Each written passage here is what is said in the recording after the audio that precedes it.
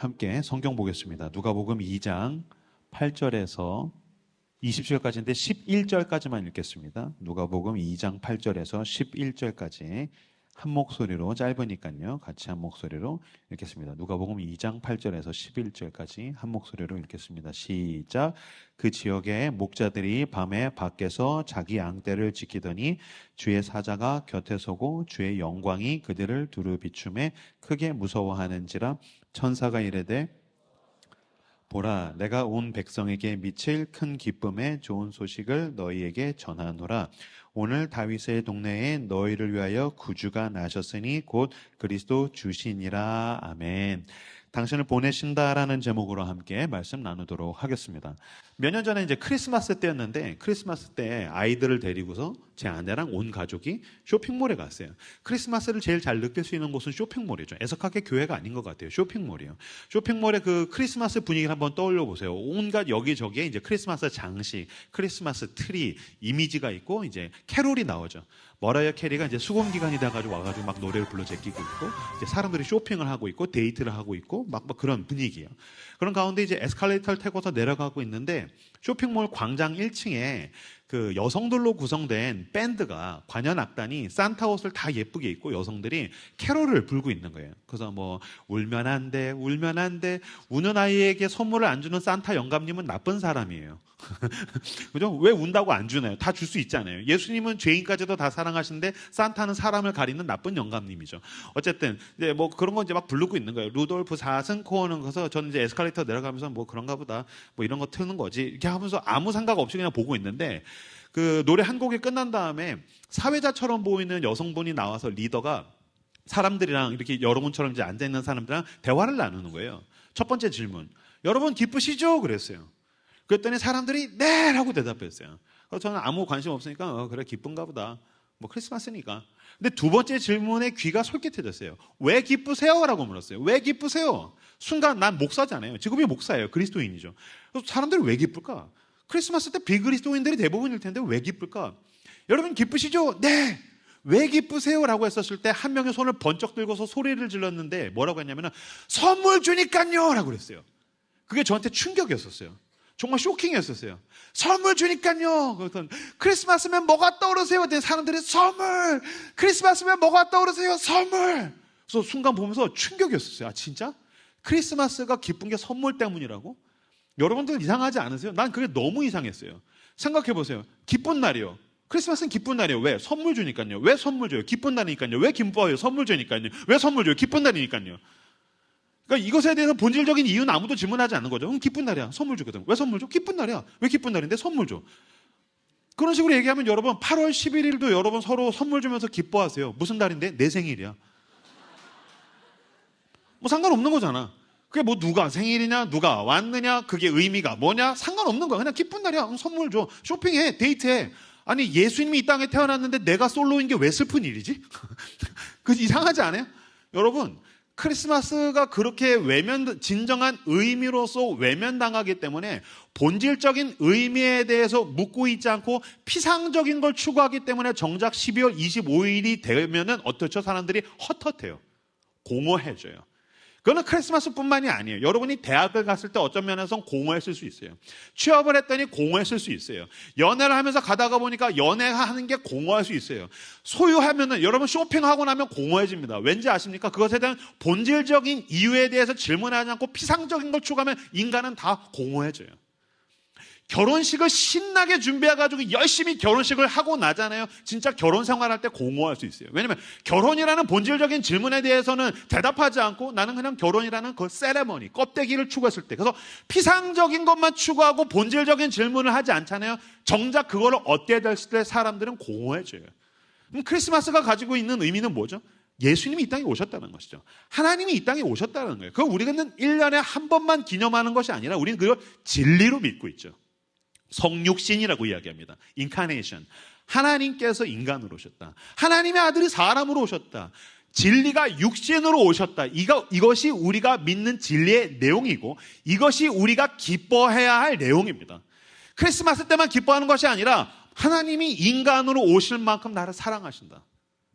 내가 복음에 대해서 기뻐해야 될 이유, 내가 복음을 떠올릴 때마다, 십자가를 떠올릴 때마다 기뻐해야 될 이유는 하나님이 인간으로 오실 만큼 나를 사랑하신다. 이것이 우리가 기뻐해야 할 진리에 대한 내용이라는 거예요. 아, 목사님 그거 많이 들었어요. 교회만 오면 맨날 그 얘기 하잖아요. 뭐 하나님이 인간으로 오실 만큼 우리 사랑하신다고. 그게 뭐가 그렇게까지 기쁜 일입니까? 아니요. 한번 잘 생각해 보세요.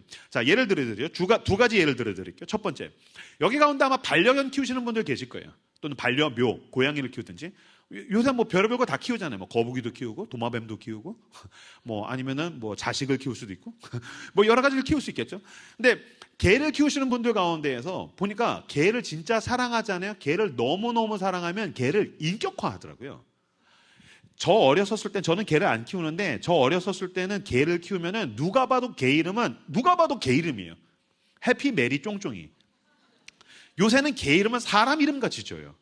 그래서 제가 신방 갔는데 어느 집사님이 저랑 같이 막 식사하고 커피 마시고 가다가, 목사님 저 이제 집에 가야 돼서. 아, 그러세요? 예, 저희 집에 형규 밥 줘야 돼요. 난 형규가 사람인 줄 알았어. 알고 보니까 개야. 나중에 인스타그램 갔는데 우리 형규와 같이 뭐 개야. 그러니까 그 개 밥 주러 간 거예요. 그러니까 개 이름을 사람 이름처럼 짓는 거예요. 그러니까 개를 너무너무 사랑하니까 개를 인격화해요. 요새 저 어렸을 때는 개밥 주면 음식물 쓰레기 줬어요. 요새 그런 거 안 줍니다. 인간이 못 먹는 거 고급 음식 줍니다. 유기농 주고 고급 고기 주고 비싼 거 줘요. 그죠?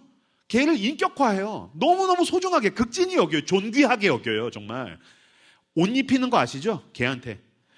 실제로 몇 달 전에 쇼핑몰 갔는데 아내 손잡고서 둘이서 막 가고 있는데 개가 옷을 입었는데 등에 버버리라고 써져 있어요. 그러다가 보고서, 와, 저 새끼 버버리 입고 있어. 그래서 여보, 나도 못 입는 건데 저 새끼는 버버리, 역시 주인을 잘 만나야 돼, 막 그러면서 버버리 입고 있어요. 그러니까 너무너무 사랑하면 개를 인격화해요. 개를 인격화할 수는 있지만 사람이 개 격으로 떨어진 건 한 번도 못 봤어요.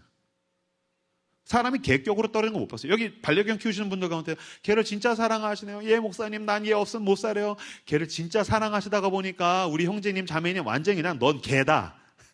아주 성격이 개네. 그냥 아주 생긴 게 아주 개야. 그러면 이거 칭찬입니까? 모욕이죠.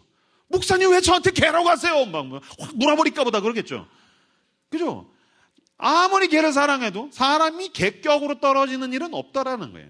하물며 인간과 개도 피조물과 피조물의 관계인데 하나님이 사람을 사랑하셔서 창조주의 왕 중에 왕이신 분이 사람으로 오셨어요. 그만큼 나를 사랑하신다라는 거예요. 그만큼 나를 아끼신다라는 거예요. 두 번째 예를 들어드리죠. 이것에 대해서, 성육신에 대해서 키에르케고르라는 덴마크의 철학자가 재밌는 얘기를 했어요. 한 왕이 사랑한 꽃집 여인에 대한 이야기예요. 한 왕이 어느 날 행차를 가다가 한 꽃집 여인을 만나서 사랑에 빠진 거죠. 가난한 동네에 있는 가난한 꽃집 여인이에요. 사랑에 빠진 다음에 상사병에 걸립니다. 상사병에 걸린, 사랑의 열병에 걸린 이 왕이 시름시름 하니까 부하들이 와서, 폐하 왜 그러십니까? 내가 한 꽃집 여인을 보고서, 꽃 파는 여인을 보고 사랑에 빠졌어. 폐하 말씀만 하십시오. 오늘 당장 수청을 들게 해드리겠습니다. 폐하의 침실에 넣어드리겠습니다. 그랬더니 이 왕의 손살을 치면서 이렇게 얘기했던 거예요. 아니야. 난 그 여자를 굴복시키고 싶은 게 아니야. 사랑하는 거야. 무슨 말이냐면, 왕이 굴복시키고 싶으면 간단하죠. 데리고 와. 고개를 들어라. 난 왕이다. 너 오늘부터 내 여자 해라. 예, 알겠습니다. 폐하, 뭐든지 다 하겠습니다. 그러면 내가 무서워서 그런 건지, 내 돈이 무서워서, 내 권력이 무서워서, 이 나라의 주인이라서 내가 무서워서 그런 건지, 아니면 진짜 인격적으로 날 사랑한 건지 알 수가 없죠. 그러니까 왕이 진짜 사랑하고 싶고 진짜 사랑받고 싶은 거예요. 그래서 사랑의 그 열병에 걸려서 시름시름 앓다가 이 왕이 선택한 선택은 굉장히 로맨틱한 선택이에요. 왕직을 버리고 가난한 꽃집 여인 앞에 아무것도 아닌 한 남자로 나갔다라는 거예요. 그래서 난 당신을 사랑해요. 그래서 사랑에 빠졌다라는 이야기예요. 보세요. 하나님이 우리를 굴복시키려고 하면 이거 뭐 가플렉스 이런 거 필요 없어요. 5분만 하나님께서 close your eyes. 왜요? 눈 잠깐만 감아봐. 그래서 눈 감았는데 지옥을 보여주시는 거죠. 제가 설교할 필요 없어요. 지옥을 막 보여줘요. 그래서 막 불에 타고 있는 내가 보여요. 막, 아 뜨거워, 주님의 사랑. 그래서 막 5분만 내가 타고 있으면 모두가, 하나님, 별로 와닿지가 않는군요. 그럼 만약에 하나님이, 너 이게 와닿지가 않는구나. 이 너무 전통적인 방법을 썼네. 자, 오케이. 내가 자본주의적인 방식을 써주지. 그리고 하나님이, 자, 너의 핸드폰을 켜봐. 왜요? 거기 어플에 네 은행 계좌 어플이지? 뭐 우리은행, 국민은행, 기업은행 켜봐. 왜요? 내 재산인데 뭐 100만 원, 1000만 원. 많이 모은 청년 한 1억 이상도 있겠죠? 왜요? 내 돈이에요. 너 내 말 들을 거 안 들을 거야? 하나님이 묻는 거죠. 왜요? 왜 나한테 그러세요? 귀찮게 하지 마세요. 그랬더니 1,000만 원이 제로가 됐어요. 이제 좀 와닿으시나 보네. 이 새끼, 너 나는 하나님인데 내 말 들을까 안 들을까? 제로. 이게 뭐야?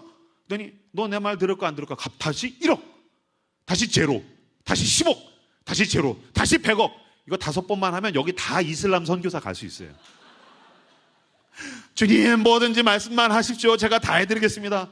하나님이 우리를 굴복시키려고 하면 너무너무 간단하죠. 근데 하나님은 우리를 굴복시키고 싶은 게 아닌 거죠. 우리를 사랑하시는 거예요. 그래서 그분이 선택하신 방법은 굉장히 로맨틱하죠. 왕 중에 왕께서 모든 걸 버리시고 이스라엘로 오셨어요. 마구간으로 오셨어요.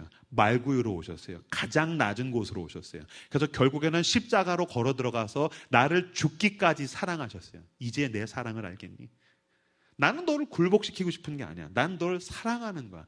그 사랑을 알려주기 위해서 이 땅에 오셨다는 거예요. 그러므로 내가 예수를 믿습니다. 이 복음은 나로 하여금 가장 기쁘게 만드는 일이라는 거죠. 왜?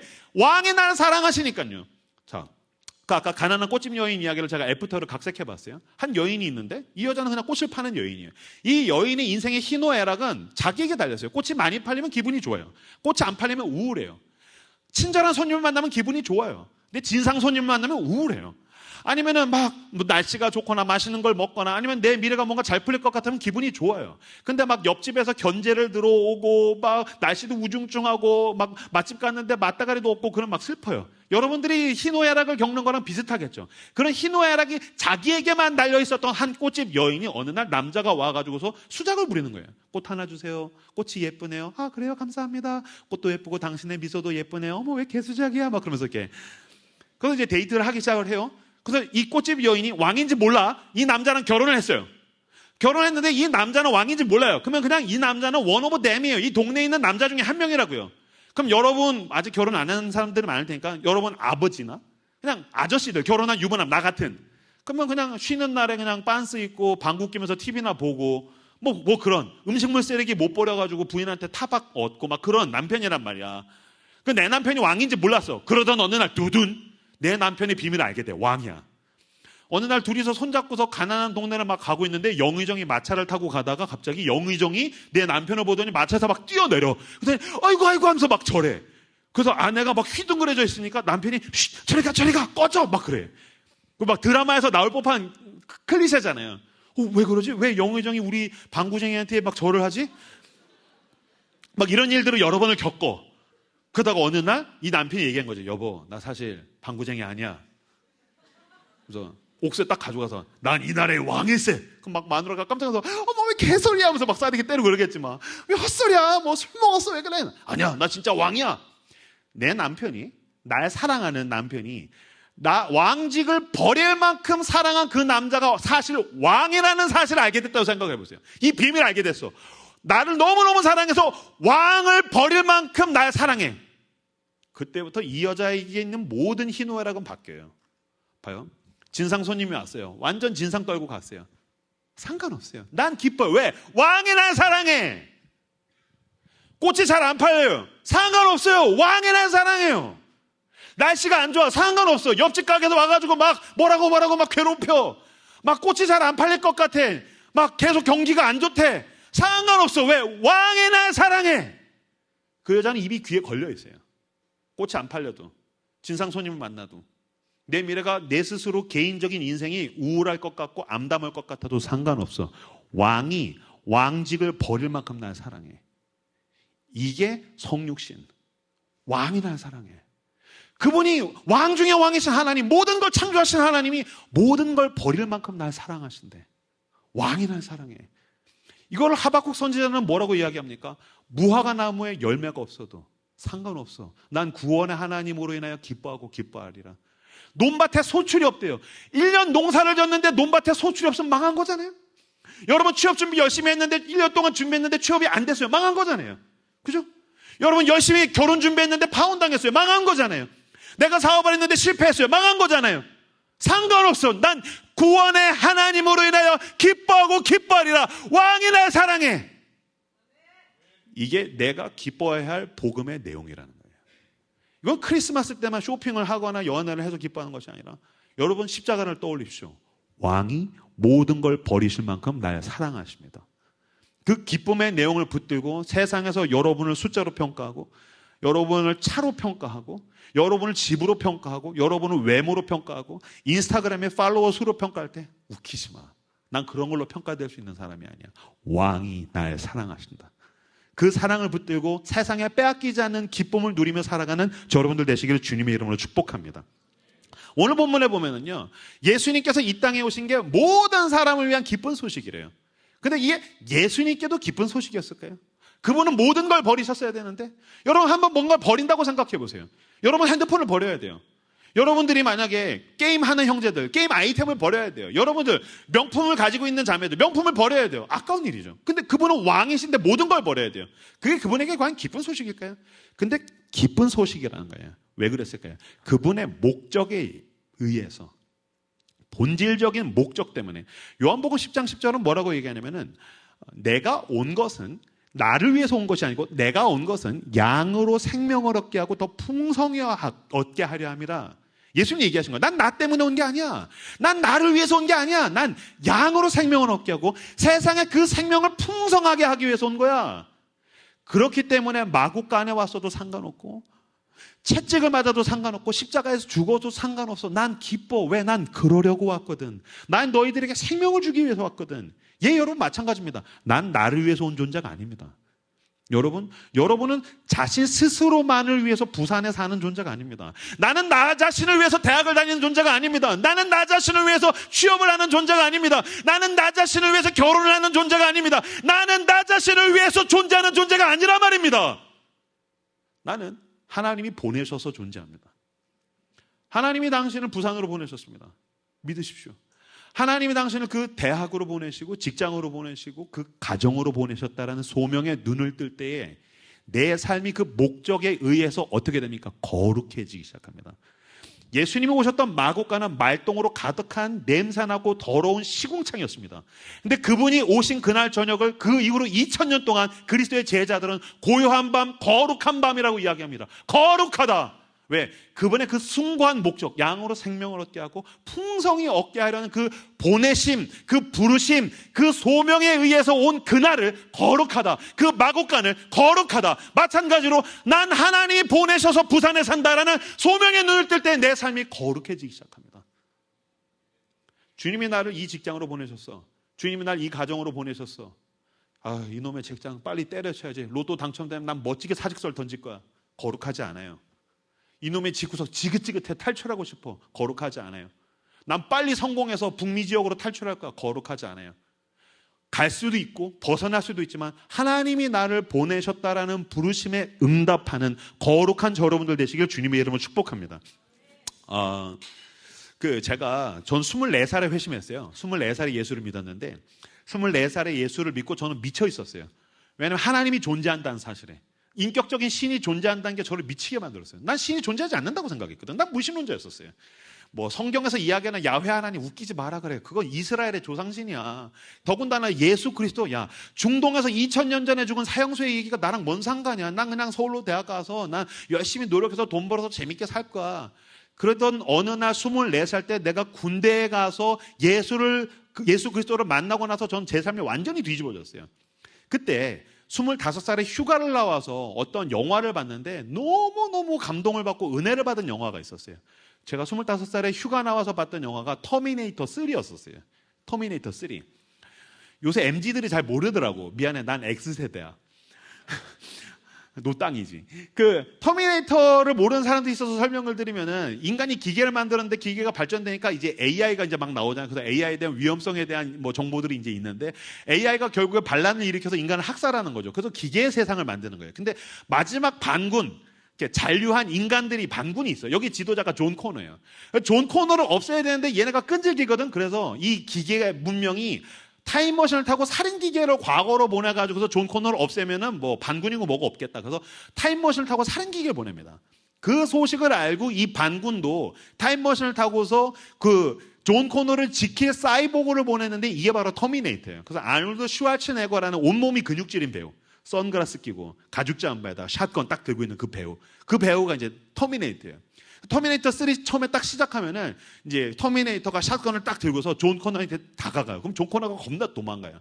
사실은 존 코너를 지키려고 하는 건데 존 코너가 자기를 해치려는 줄 알고, 왜냐면 너무 섬상궂게 생겼거든. 그래서 막 도망갑니다. 도망가다가 구석에 몰려가지고 존 코너가 있는데 딱 터미네이터가 다가오니까 존 코너가 왜 쫓아와? What are you doing? 왜 그러는 거야? 하면서 막 물어요. 그랬더니 쪼벅쪼벅 와서 이 아놀드 슈왈츠네거 터미네이터가 샷건을 촥 장전한 다음에 뭐라고 얘기하냐면 이렇게 얘기해요. 나의 미션은 너를 지키는 거야. My mission is protect you.